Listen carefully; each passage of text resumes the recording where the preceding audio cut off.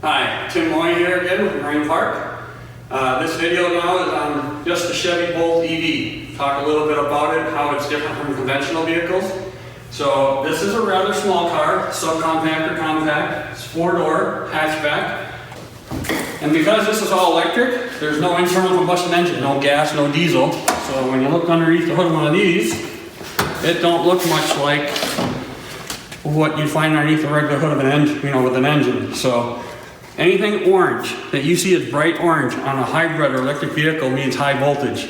If you actually touch the conductor of that, it could kill you. Usually 300 volts or higher.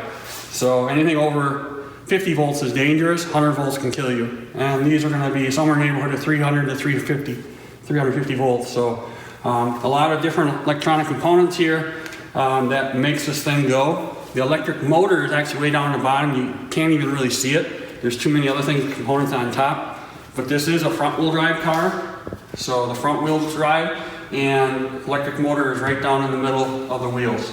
And so, contrary to what you may not know this, is that hybrid electric vehicles still have a traditional 12-volt battery. Even though, so we have two electrical systems on hybrid electric vehicles. We have a high voltage system, which powers the car down the road, and we have a regular 12-volt battery, conventional battery, that powers up all our electronics, our lights, our radio, our wipers, all the traditional kind of systems that we have on every vehicle.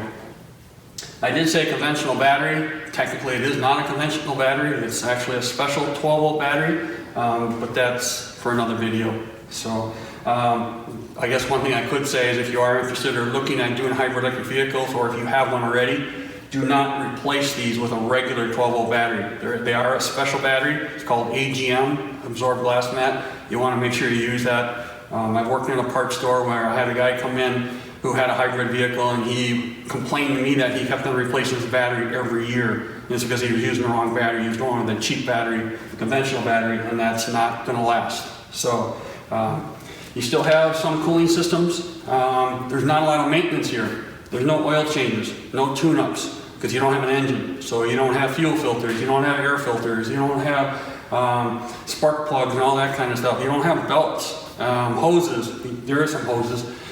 So we do have some cooling systems on here, but they're much smaller. They don't go through the near temperature change or stress as conventional vehicles do with an engine. Those get a lot hotter. These don't get as hot.